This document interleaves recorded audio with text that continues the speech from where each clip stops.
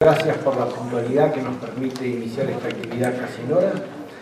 El Instituto de Derecho de Seguro se encuentra sumamente agradecido y complacido de tener hoy con ustedes a uno de sus integrantes más activos, que es el doctor Waldo Sobrino.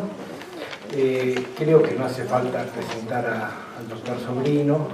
Él dice que por única presentación lo que quiere es decir que es orgulloso alumno de la UBA y profesor de la misma. Creo que es así el dicho.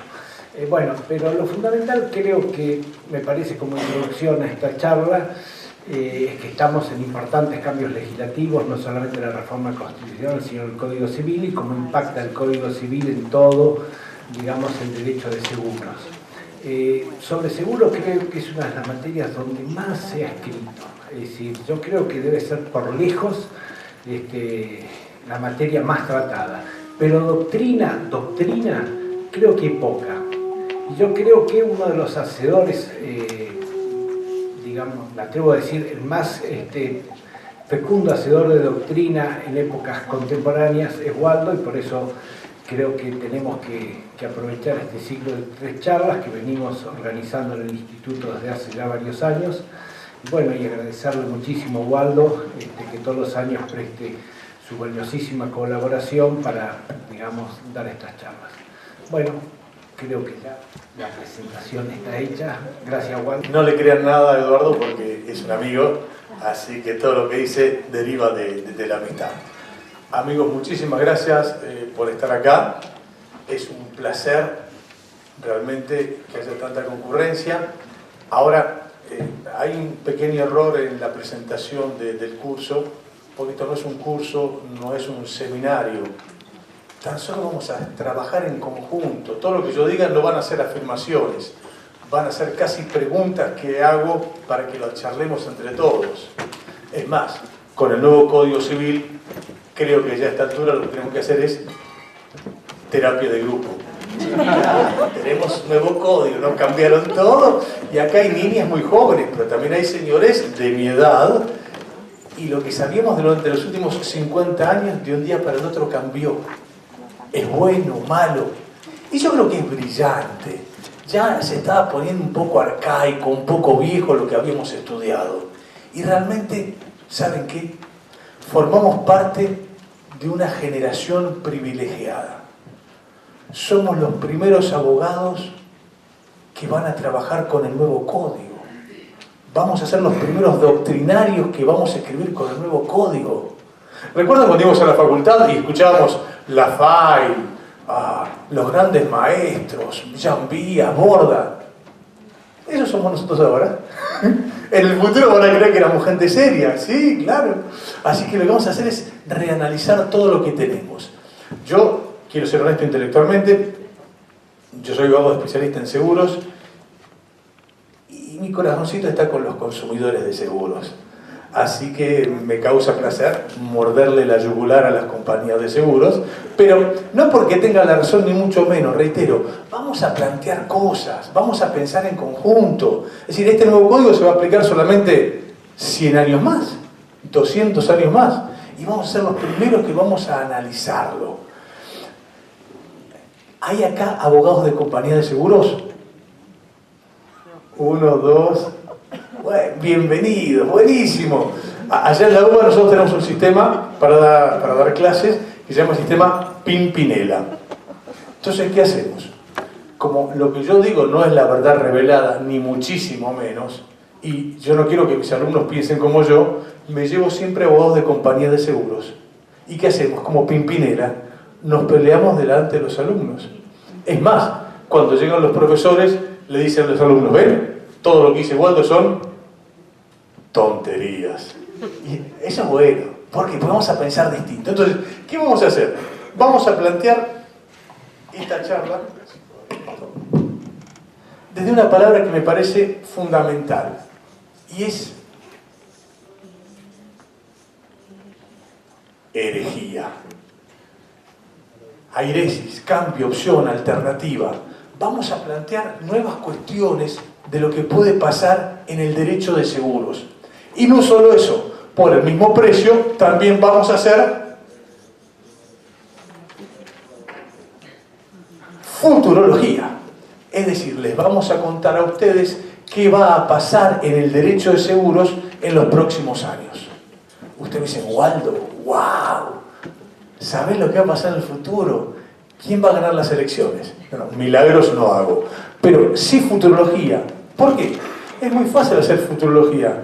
Vemos lo que sucede en los países desarrollados, Estados Unidos, Europa, y luego eso va a llegar a Argentina. Entonces, esta es la ventaja de vivir en un país en vías de subdesarrollo. Vemos lo que pasa en otros lugares, y lo inteligente que es tomar lo bueno y desechar lo malo. No hagamos la tontería que es muy típica de Capital Federal, que todo lo que viene en inglés es buenísimo. No, pueden ser desastrosas las cosas. Entonces tenemos que ver si sirve o no sirve. Y a partir de ahí, ver cómo vamos enganchando todo. ¿Está? Entonces, ¿cuál va a ser la idea? Empezar a analizar cosas novedosas. ¿Y qué vamos a hacer? Vamos a empezar desde la base. Acá hay mucha gente joven y les tenemos que decir algunas explicaciones teóricas técnicas. ¿Cuáles son? Gran parte de los que escribimos artículos, libros, etc., fuimos a la facultad en épocas nefastas de gobiernos militares. ¿Qué significaba eso? Que nosotros teníamos un profesor que venía con un gorro de Napoleón y nos daba derecho constitucional en gobierno de facto. No sé si van captando la idea. ¿Qué implica ello? Que yo sé de memoria, al igual que Eduardo y gran parte de ustedes, las constituciones de todo el mundo, desde Finlandia hasta Namibia, de la Antártida a la Atlántida, salvo una constitución que jamás estudiamos, la Constitución Argentina. Y eso no es neutro. ¿Por qué? Porque con el tiempo nos convertimos en profesores. Y como siendo profesores no conocíamos la Constitución, tampoco se la enseñamos a nuestros alumnos.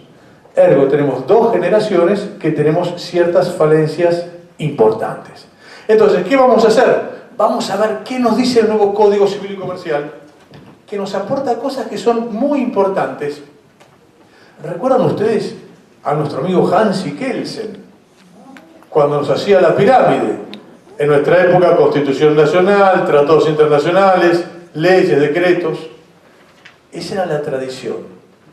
Luego esto fue evolucionando un poquito y ya se dijo, ¿sabes qué? En realidad, en la cima está la Constitución Nacional y los tratados internacionales. Y luego las leyes, decretos. Y si ustedes miran bien, esto ya surge del artículo 1 del Código Civil. El artículo 1 plantea algo fundamental e innecesario, básico y ridículo. ¿Qué dice el artículo 1 de la Constitución Nacional? Al Código Civil y Comercial se le aplicará la Constitución Nacional y los tratados internacionales. Chocolate por la noticia. ¿Y por qué dice eso el Código? ¿Es innecesario? Sí, es innecesario, pero es docente. Nos dice, señores, no olviden que hay que aplicar la Constitución Nacional y los tratados internacionales. Ahora, si empezamos a profundizar un poco, creo que en la punta de la Constitución hasta podemos hacer un cambio de los tratados internacionales, quizás que pueden llegar a tener cierta preeminencia sobre la Constitución.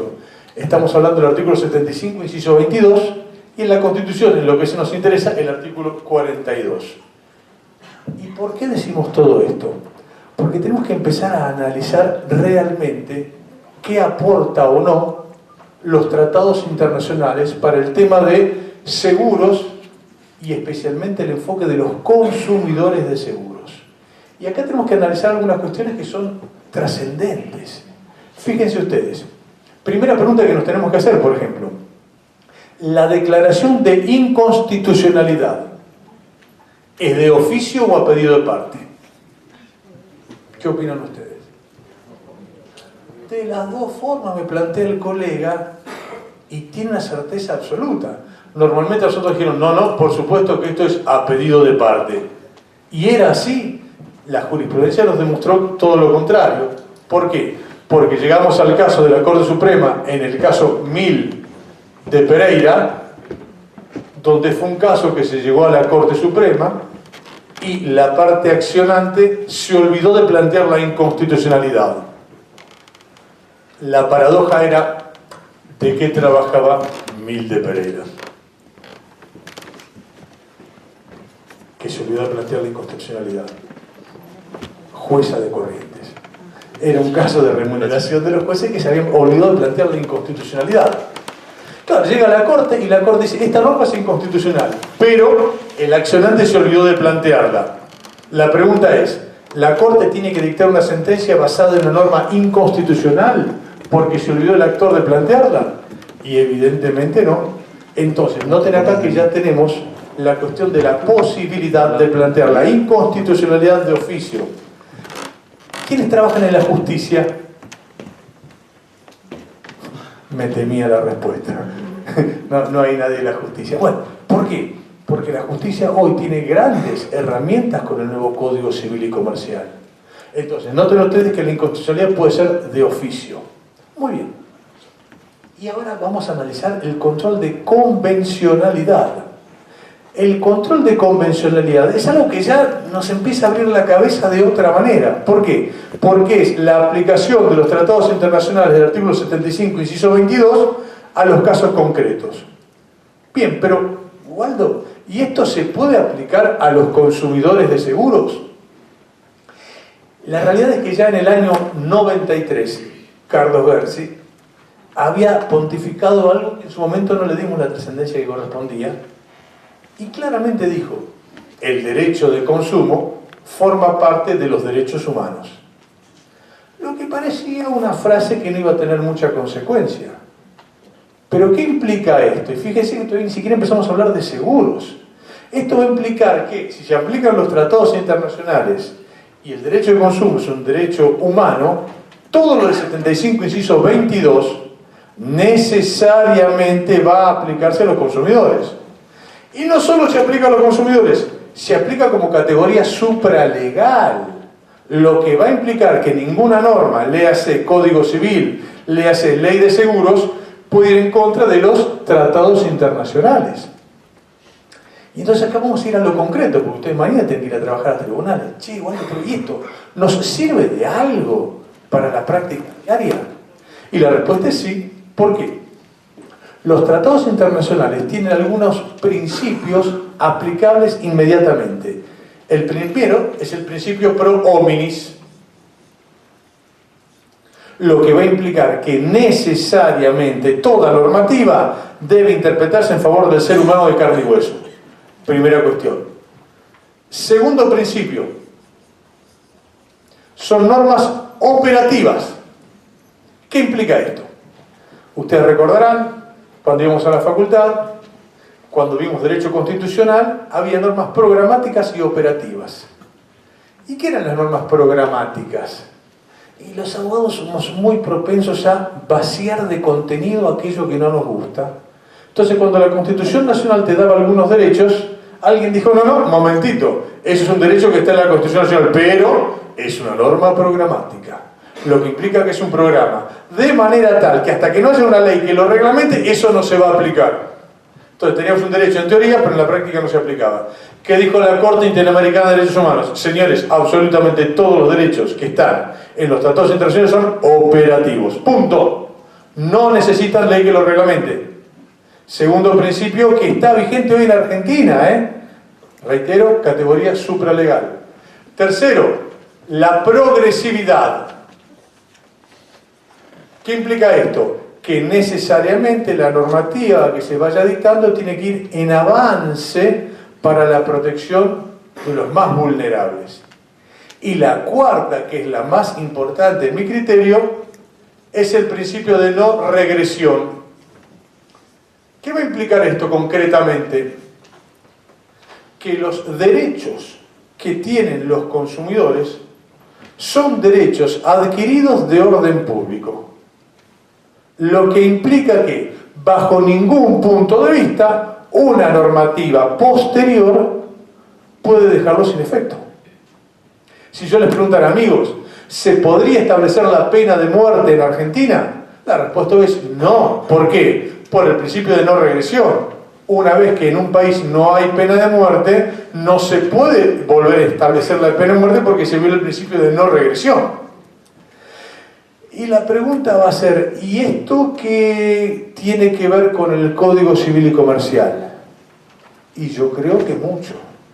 La pregunta es, ¿habrá normas del Código Civil y Comercial, es decir, una ley que está acá, que violan a los tratados internacionales? Y la respuesta es sí, por supuesto. Más allá de la paradoja que quienes hicieron el Código Civil forman parte de nuestra Corte Suprema, todo el respeto que corresponde, pero nosotros tenemos la obligación de pensar libremente.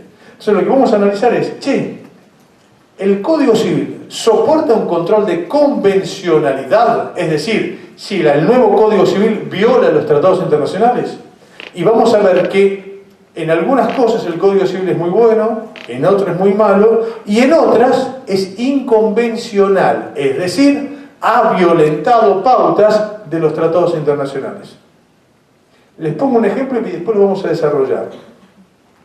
Vieron ustedes que cuando se dicta el Código Civil se modifica el artículo 1 de la Ley de Defensa del Consumidor. ¿Y qué se hizo? Se eliminó al tercero expuesto. Después vamos a ver los motivos y todo eso. Pero la pregunta es, ya se las dejo picando para analizarlo. Si la Ley de Defensa del Consumidor establecía la protección al tercero expuesto, tenemos los tratados internacionales, que una de las pautas básicas es el principio de no regresión, y luego viene un Código Civil y Comercial, que es una ley, y esta ley me viola el tratado internacional porque me elimina al tercero expuesto. Mi pregunta es, ¿el Código Civil y Comercial soporta el control de convencionalidad o podemos decir que en ese aspecto concreto el Código Civil y Comercial es inconvencional? ¿Se entiende la trascendencia de por qué empezamos con estas pautas? Y esto es determinante. ¿Por qué? Porque vamos a ver que hay distintas cuestiones donde el Código y las leyes que aprobaron el Código tienen pautas que son derechamente ilegales. ¿Está? Luego vamos a ver, por ejemplo, el tema de la prescripción, que esto les gusta mucho a las compañías de seguros. Argentina tiene la característica de tener la prescripción más breve de la historia de la humanidad. A través de la aplicación de la Ley de Defensa del Consumidor, batallamos y se logró que gran parte de la jurisprudencia dije, bueno, si el asegurado es un consumidor, pues bien, la prescripción va a ser de 3 años. Pregunta, mis amigos, ¿saben ustedes qué pasó? Creo que era el artículo 50 de la Ley de Defensa del Consumidor, que establecía el plazo de 3 años para las acciones de los consumidores. Desapareció. No está más. Se fue. ¿Casualidad o causalidad? Claro, pero veamos lo que nos queda. Eso para el pasado. Pero para el futuro, nos han quitado los 3 años de la Ley de Defensa del Consumidor. ¿Viola el principio de no regresión? Vamos a ver que en definitiva después, por suerte, se le va a encontrar la vuelta como para proteger al más débil. Pero la realidad ¿cuál es? Que la pauta concreta es que en muchas cuestiones el Código Civil ha violado los tratados internacionales. ¿Está? Esto para cuando hagamos el balance del Código, ¿qué es? Positivo, sí y mucho, sin duda. Pero ello no quita que tengamos que analizar ciertas cuestiones que determinan que en ciertos aspectos entendemos que para nosotros el Código Civil hay ciertas cuestiones que hay que analizar. ¿Qué más tenemos que ver? Entonces, el Código Civil ha complicado el tema de los consumidores con respecto al tercer expuesto, ha complicado la cuestión referida a la prescripción. ¿Qué otra cosa negativa tenemos del Código Civil? Y, por ejemplo, tiene algunas frases que no son felices, como por ejemplo cuando dice la culpa es la norma de cierre del Código Civil. ¿Qué puede llegar a significar eso? Que parecería ser que en definitiva, en el fondo, siempre subyace como que la culpa es el principio general. Nosotros entendemos que esto no es así y vamos a ver que en definitiva cuando hablemos de consumidores necesariamente lo que vamos a tener es la responsabilidad objetiva para la defensa del más débil, ¿tá? Pero es una crítica que se le hace. ¿Qué otra crítica se le hace también al Código Civil? El tema de contratos. Ustedes vieron que en la cuestión de contratos el Código Civil trata contratos paritarios, contratos de adhesión y contratos de consumo. Muy bien. ¿Con qué contrato empieza el Código Civil, el análisis? Y fija los principios generales. Con el contrato paritario. Esto me hace acordar a Nassim Taleb. ¿Recuerdan cuando se habla del cisne negro? El cisne negro es algo que existe pero casi no se ve y no aparece muy de vez en cuando. Pues bien, uno de los hierros sistemáticos enormes del Código Civil y Comercial es que empieza los principios generales de contratos por un contrato que no existe. ¿O cuántos contratos paritarios hemos hecho nosotros como profesionales? Y como ciudadanos, cuando vas a hacer algo a una prepaga, a seguros, a internet, vos decís, yo opino, cállate, estúpido. Vos sos consumidor, vos no podés opinar, vos tenés que aceptar. ¿Está? Entonces, noten ustedes que uno de los hierros enormes que tiene nuestro Código Civil, ¿cuál es? Justamente que se empezó a regular los contratos desde aquello que es lo atípico, lo inexistente, y el problema es que muchos principios generales se basan en los contratos paritarios. ¿Está? Creo que artículo 957 y subsiguientes. Y la realidad es que el contrato de adhesión y el contrato de consumo se van a regular con posterioridad. ¿Está? Entonces, fíjense que estos son hierros en nuestro criterio. Obviamente que hay gente que está de acuerdo. Además, los legisladores, lo que hicieron el código, son muy profunda. Pero para nosotros hay un error conceptual y es que no nos hemos animado a plantear que evidentemente el 95, el 98% de los contratos que existen en nuestra sociedad y que ustedes manejan profesionalmente son contratos de adhesión y son contratos de consumo. Entonces me parece impropio, sistemáticamente hablando, que uno empiece a organizar el Código Civil por un tipo de contrato que casi no existe. ¿Está? Bien. ¿Qué otra cosa nos da el Código Civil? Y acá sí tenemos algunas cuestiones que nos importan, y es respecto a la responsabilidad. Y la cuestión de la responsabilidad es trascendente. ¿Por qué? Porque, ¿recuerdan ustedes cómo era la cuestión en el Código de Vélez? Se decía que la vedette de la responsabilidad era la reparación. Y nosotros, jóvenes que íbamos a la facultad, si nos decían que eso era así, lo tomábamos como algo correcto. Ahora, ¿es verdad eso? ¿Es cierto que la reparación es la base del derecho de daños? Es más, ¿es conveniente eso? Y empecemos a pensar un poquito. Si la reparación es la base, en el Código Civil de Vélez, del derecho de daños, ¿cuál es el metamensaje? Si el daño es reparable, yo puedo dañar y pagar. ¿Se entiende? Entonces la pregunta es, pero para un poquito, ¿y es verdad que el daño es reparable? Siempre en la facultad nos dijeron que sí. Pero es cierto. Se pregunta acá al colega, ¿cuánto vale tu pierna derecha? Y aunque el colega no sea muy bueno jugando al fútbol, me dice, no, conmigo no te metas, pues mi pierna derecha no tiene valor. Y el ojo izquierdo de la colega, no, pará, macho, conmigo no, porque el ojo no. ¿Y por qué me contestarían eso ellos? Si el daño realmente fuera reparable. Porque es mentira que el daño es reparable. Es falso. Entonces, un avance muy importante que tiene nuestro Código Civil y Comercial es que determina, a través del artículo 1710, el deber de prevención. Por eso nosotros solemos hablar que en el tema del derecho de daños propiamente dicho, hay 4 funciones que son fundamentales. Por un lado tenemos la prevención. Ahora vamos a explicar. Segundo, tenemos la precaución. tercero, la reparación, y cuarto, la sanción. Si quiere que en vez de 4 sean 3 o 2, no hay problema. Esto es para tratar de graficarlo. ¿Y qué dice el artículo 1710?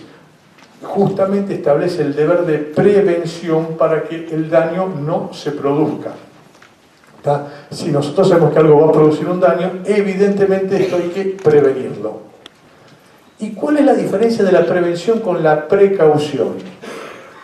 Es importante porque estos principios los tenemos, muchos de ellos, en la Ley 25.675, que es la Ley General del Ambiente. Donde establecen los principios, hay muchos de estos principios. ¿Y cuál es la diferencia entre el deber de prevención y el deber de precaución? En el de prevención, yo, por ejemplo, sé que hago algo que puede producir un daño.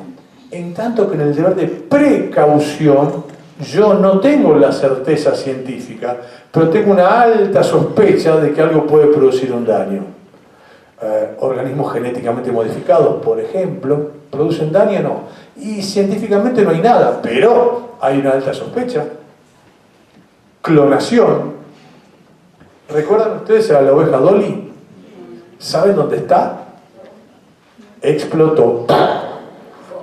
¿Ustedes conocen muchas ovejas explotadoras? En principio no, y justo da la casualidad que Dolly explotó.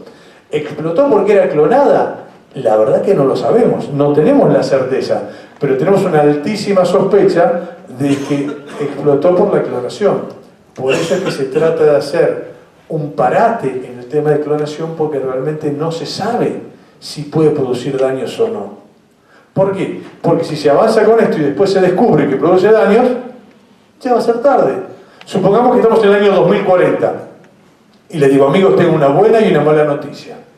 La buena es que se acaba de establecer el seguro obligatorio para personas clonadas. ¡Uy, qué bueno! ¿Y cuál es la mala? Que ustedes son todos clonados y explotan mañana. Y la verdad es que no te va a satisfacer mucho. Entonces, estos dos son fundamentales. Y luego viene la reparación. Noten ustedes que la reparación es en la tercera instancia. ¿Y por qué? Se va a dar cuando hay una crisis del sistema. Una vez que esto no se pueda lograr, la prevención o la precaución, es que recién ahí aparece la reparación. ¿Está? Y esto es fundamental. ¿Por qué? Porque en el Código de Vélez lo primero que había era justamente la reparación. En cambio, con el artículo 1710, en el análisis que estamos haciendo, se determina que la prevención y la precaución hay que hacerlas siempre. Si falla eso, recién llegamos a la reparación. Y cuarto, nos queda la sanción. Que la sanción, mis amigos, son los daños punitivos. Y los daños punitivos es la madre de todas las batallas. Esto, mis amigos, hablemoslo claramente. El siglo XXI es el siglo de las grandes corporaciones frente a los imbéciles como ustedes y como yo, que somos los consumidores. La única alternativa de luchar contra las grandes corporaciones que no actúan correctamente es a través del análisis económico del derecho. Y una de las maneras de evitar que las empresas produzcan daño es a través de los daños punitivos. Los daños punitivos hoy sí los tenemos en la Ley de Defensa del Consumidor y fueron eliminados del Código Civil.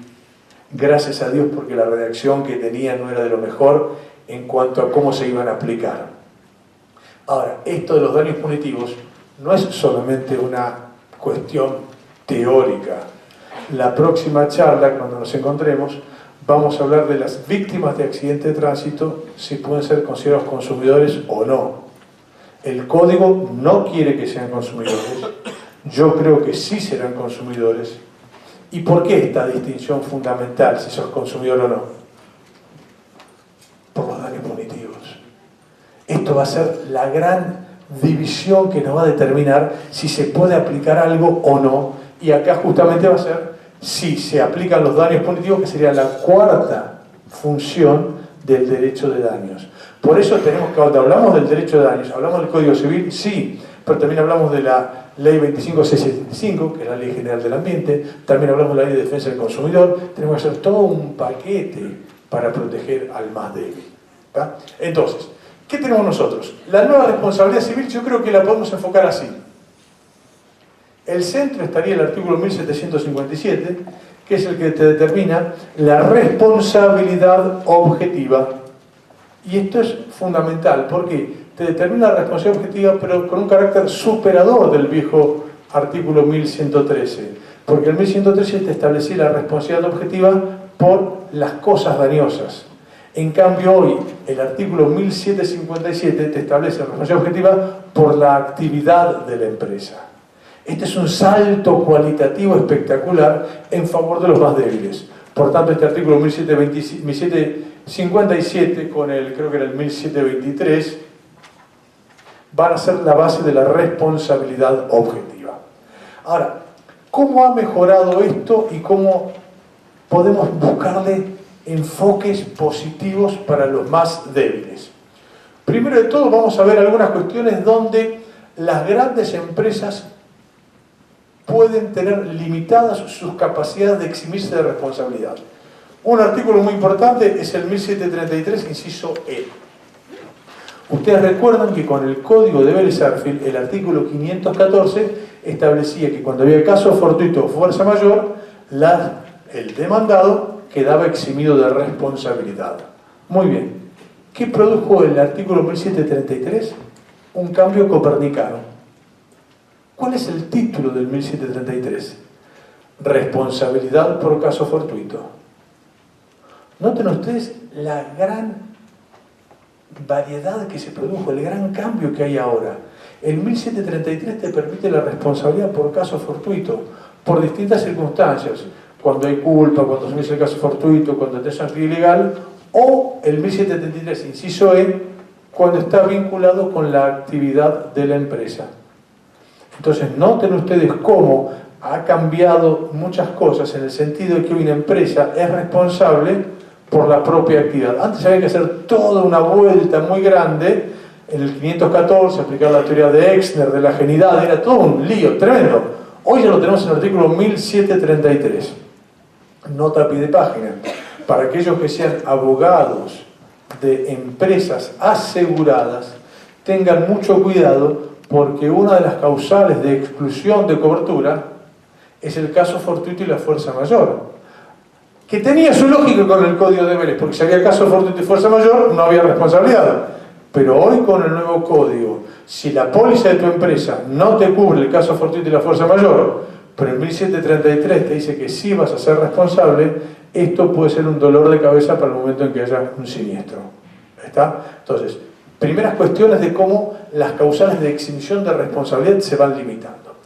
Otro artículo muy importante, el 1743.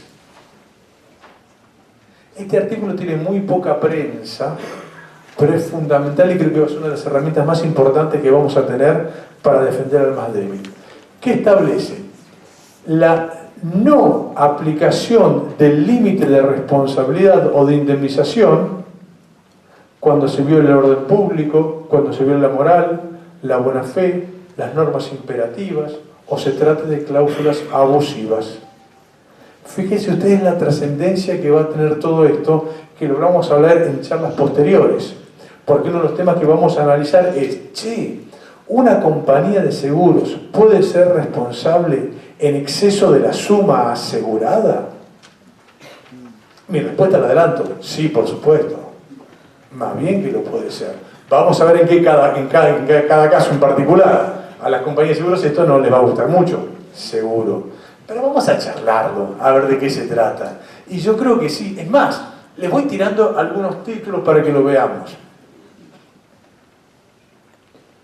Uno de los peores fallos de la historia de la Corte Suprema fue dictado hace poco tiempo.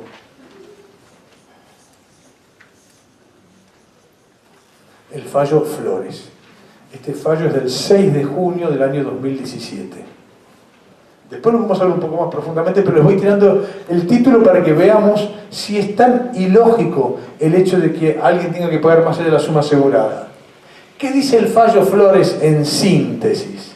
Determina que una suma asegurada establecida en el año 1992 de 30.000 pesos sigue estando vigente e inmodificable en el año 2017. Pregunta, ¿suena lógico esto? Entonces vamos a ver, che, pero Waldo, vos decís que una compañía puede pagar más allá de la suma asegurada, y yo te la cambio, che, no suena ilógico. A ver, mis amigos, ¿qué es lo que nos pasa a nosotros? Acá somos todos abogados, ¿no es cierto? ¿Qué somos? Aves negras. Obvio. Pero somos aves negras porque robamos. No porque robamos. Los que roban son algunos poquitos, sean abogados o no. Somos aves negras porque no le llevamos soluciones a la gente de carne y hueso. ¿Cómo haces vos para explicarle a tu cliente el caso Flores? No le decís, sí, la Corte Suprema determina que en el año 2017 se aplica una suma asegurada establecida en el año 1992. Hace exactamente un cuarto de siglo. ¿Suena lógico? Y la verdad que no. Entonces vamos a ver que hay casos donde evidentemente la compañía de seguros sí tiene que estar obligada a pagar más allá de la suma asegurada. ¿Está? ¿Qué otros artículos tenemos? Tenemos, para agravar la responsabilidad de las empresas, el Código Civil también ha traído algunas cosas importantes. Por ejemplo, el artículo 1724. Recuerdan ustedes que cuando fuimos a la facultad, el dolo era la intención de producir el daño. Muy bien. En el nuevo Código Civil, eso sigue vigente. ¿Pero qué te agrega? Que el dolo también es la manifiesta indiferencia por las consecuencias de nuestro accionar. Una especie de dolo eventual. Pero ¿cuál es el gran cambio que tenemos? Antes el dolo había que probarlo expresamente. Hoy ya el juez puede hacer una interpretación que si hay una manifiesta indiferencia de la empresa por incumplir, hay un accionar doloso. Y mi pregunta es, cuando una compañía de seguros te hace padecer 10 años en un proceso, sabedores que vos tenías razón, ¿no hay una manifiesta indiferencia? Y si existe manifiesta indiferencia, no hay dolo. Y si hay dolo, no hay daño punitivo. A ver, mis amigos, yo les contaba medio en chiste, medio en serio que somos futurólogos. A mí me gusta leer mucho la jurisprudencia yanqui. Y las compañías de seguros yanquis pagan inmediatamente. ¿Los yanquis son más buenos que nosotros? Ni de casualidad. Pero allá tiene un principio que en latín se llama dunga dunga. Le aplican el daño punitivo a la compañía de seguros que no paga en tiempo oportuno. Entonces, ¿qué hace el gerente financiero? Un análisis económico del derecho. ¿Me conviene no pagar? No, porque aplican multas que me rompen la cabeza. Pues bien, paguemos. En cambio, ahora hagamos un ejercicio de empatía. Hay compañías de seguros que son serias y cumplen a rajatabla. Esas no hay problema, porque no van a ir a consultarte vos por una compañía seria que ponga en tiempo propio. El problema son las otras. Ahora, suponte que vos sos el gerente financiero de una compañía de seguros que no es muy seria. ¿Ok? Y viene tu corresponsal que está en San Isidro y te dice, señor gerente, hay que pagar 100.000 pesos. El gerente financiero dice, no pagues, pibe.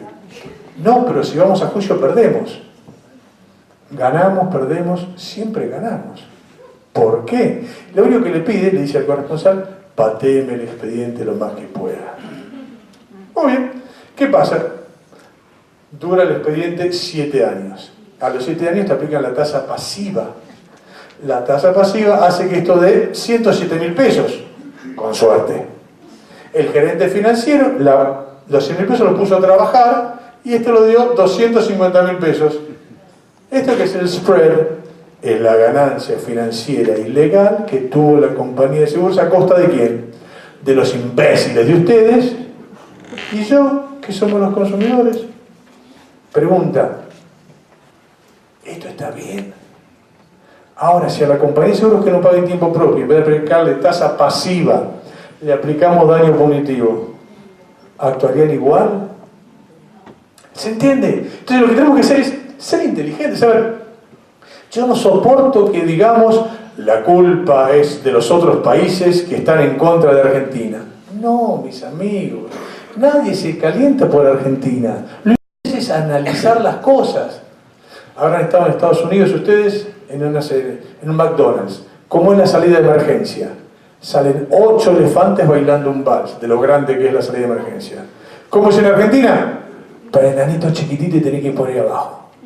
¿La culpa es del payaso Ronald McDonald's o la culpa es nuestra? Muy sencillo. Entonces las compañías de seguros yanquis que están en Argentina, en Estados Unidos, pagan en tiempo propio. Y si acá no pagan, ¿culpa de quién es? Me dice, amigo, la culpa es nuestra. Entonces el tema es, tenemos que empezar a abrir la cabeza y fijar, a ver, cambia la pregunta. ¿Por qué decía que somos aves negras? Porque hay 50 millones de habitantes que opinan que somos aves negras. Y somos 200.000 abogados. La pregunta es, ¿quién tiene razón? ¿Los 200.000 abogados o los 50 millones de habitantes?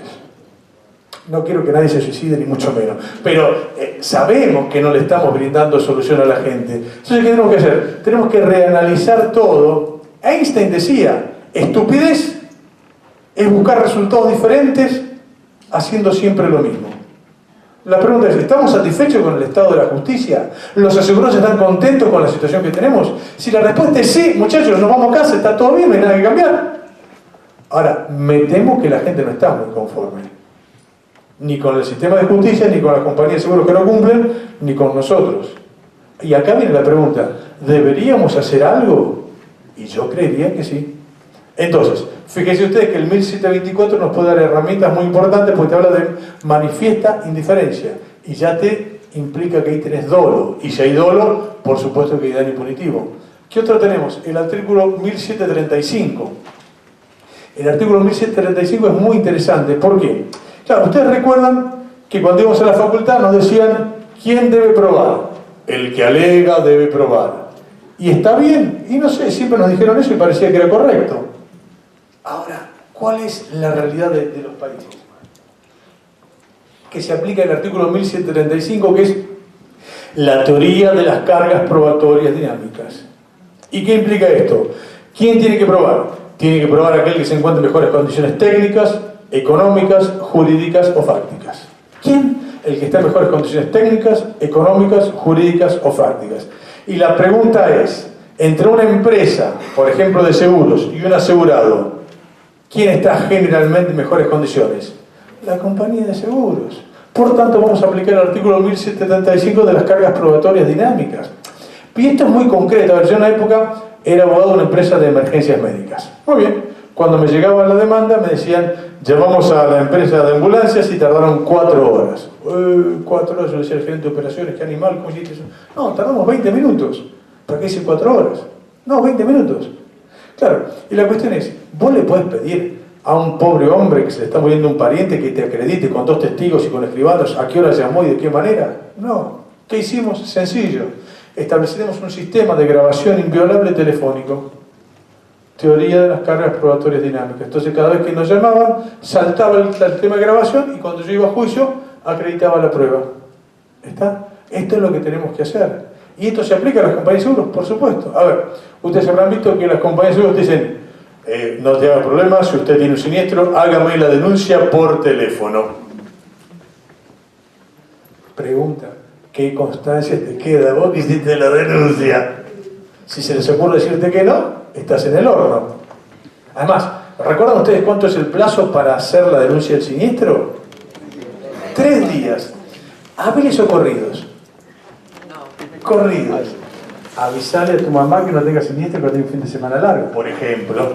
¿Se entiende? Entonces, fíjense las grandes cuestiones que tenemos. Entonces, ¿qué vamos a hacer? Decir, pero pará, si la compañía de seguro me dice, haceme la denuncia por teléfono, si yo digo que hice la denuncia, ¿quién debería probar si la denuncia está hecha o no? Teoría de las cargas probatorias dinámicas. La compañía de seguros, mis amigos. ¿Se entiende? ¿Por qué? Porque para ellos es sencillo poder grabar todo esto. O vos no ves cuando llamaste y dicen, esta conversación puede ser grabada. Ah, cuando te conviene la grabas y cuando no te conviene, no. Señores, es muy sencillo. Entonces, cuando vos decís, yo hice la denuncia, va a ser la compañía de seguro la que va a tener que acreditar que efectivamente no la hiciste. ¿Por qué? Por las cargas probatorias dinámicas. Fíjense ustedes cómo se ha ido cambiando el tema de lo que estamos analizando. ¿Qué otro tenemos? del otro lado de la responsabilidad, el artículo 1073. Este es muy importante porque es el referido a los contratos conexos. ¿Cuáles son los contratos conexos? Son aquellos contratos autónomos, pero que tienen una finalidad económica común predeterminada. Entonces, en el tema de seguros, contratos conexos, ¿dónde los tenemos? Y por un lado lo tenemos con los contratos de coaseguro y los contratos de reaseguro. Y también, paralelamente, lo vamos a poder aplicar para los productores de seguros.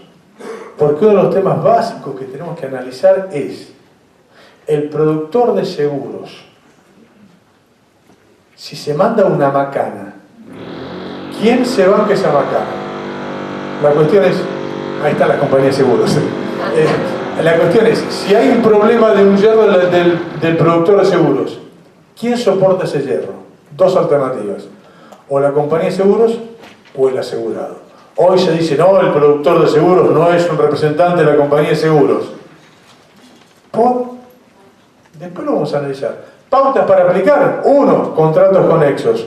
2, el artículo más importante que tiene la Ley de Defensa del Consumidor. El artículo 40.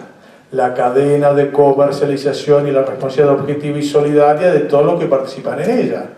Después lo vamos a analizar más tranquilamente, pero les tiro la pregunta para que lo analicemos. Che, ¿formará el productor de seguros parte de la cadena de comercialización de la compañía de seguros? La respuesta es sí, por supuesto. Punto. Hierro que comete el productor de seguros, ¿quién se lo banca? La compañía de seguros. ¿Está? Y esto va a estar íntimamente relacionado con lo que posteriormente vamos a ver con uno de los artículos más importantes que tiene nuestro Código Civil, que es el artículo 1100, que es el deber de información, que nosotros lo queremos profundizar, que es deber de información, que también es deber de consejo y que también es deber de advertencia. Después vamos a ver.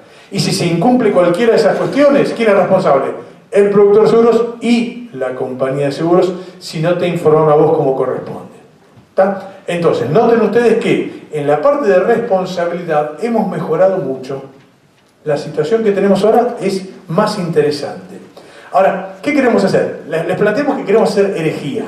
Muy bien. ¿Y qué queremos plantear? Y la realidad es que queremos plantear nuevos principios legales. Es decir, les queremos plantear, disculpen el atrevimiento, que de los 2000 últimos años que hubo de derecho, hay cosas que han cambiado. El primero que nos interesa, algunos lo habrán escuchado si viene a otra charla, es este artículo, que es básico y fundamental. Es el artículo 499, patas para arriba. ¿Recuerdan ustedes que decía el 499 del Código Civil de Vélez? No hay obligación sin causa. Muy bien. ¿Qué hicimos nosotros? Analizamos este artículo a la luz del artículo 42 de la Constitución Nacional e inventamos un nuevo principio. No hay desobligación sin causa. ¿Qué va a significar esto? Que en el ámbito de los consumidores, un proveedor, léase compañía de seguros, no puede desobligarse frente a un consumidor si no tiene un motivo razonable. Y acá sí vamos a volver, después si tenemos tiempo lo profundizaremos, con el tema, por ejemplo, la denuncia del siniestro. El artículo 46 determina que tenés 3 días para hacer la denuncia del siniestro. Muy bien. ¿Qué dice el artículo 47 de la Ley de Seguros? Si usted no hace la denuncia en tiempo propio, pierde su derecho. Muy bien. La pregunta es ¿por? Porque lo dice el artículo 47. ¿Por? Y porque lo dice la ley.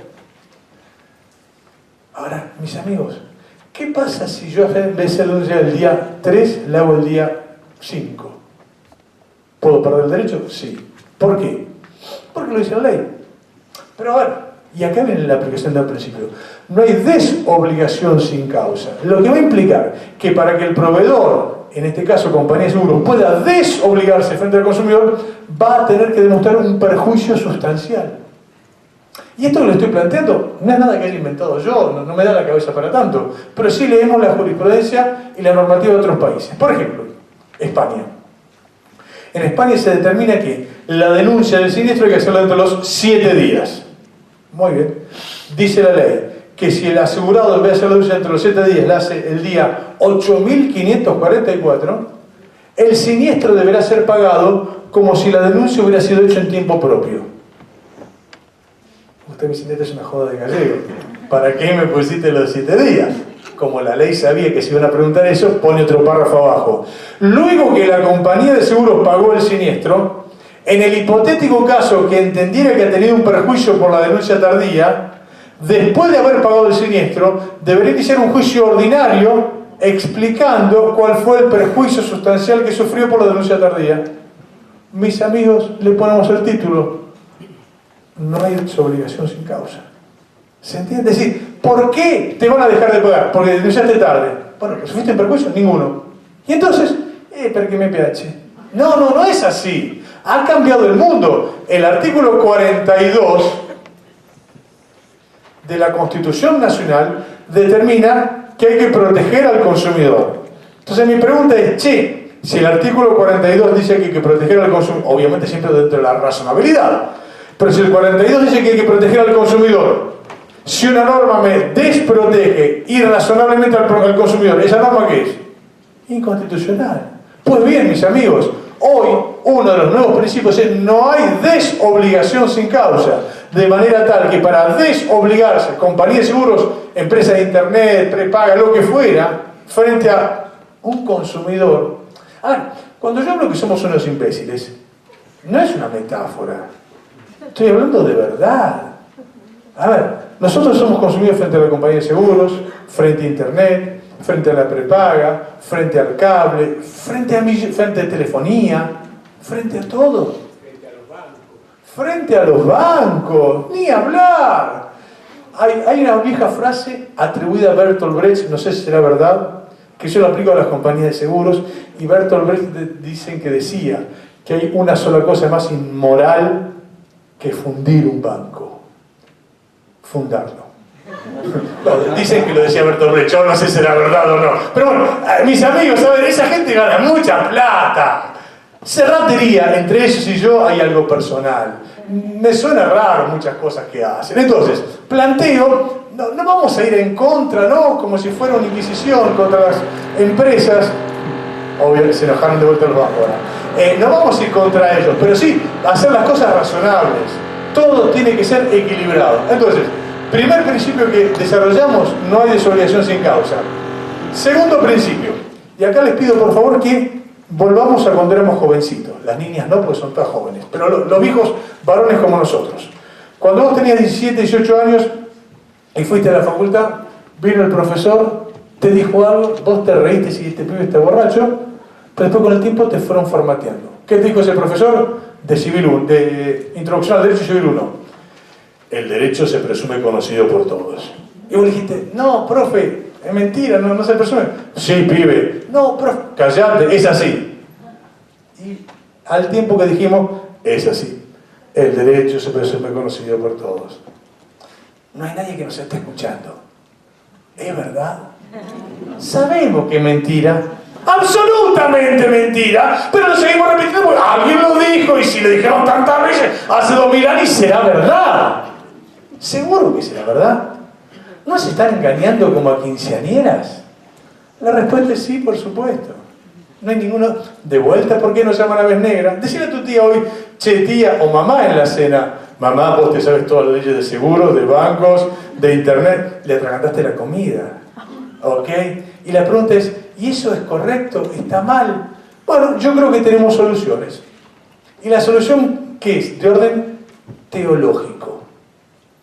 Fíjense la amplitud de esta charla. ¿Por qué? Porque ustedes saben bien que Dios es argentino. Entonces nos tira ondas como para ayudarnos. Así que estableció el artículo 1100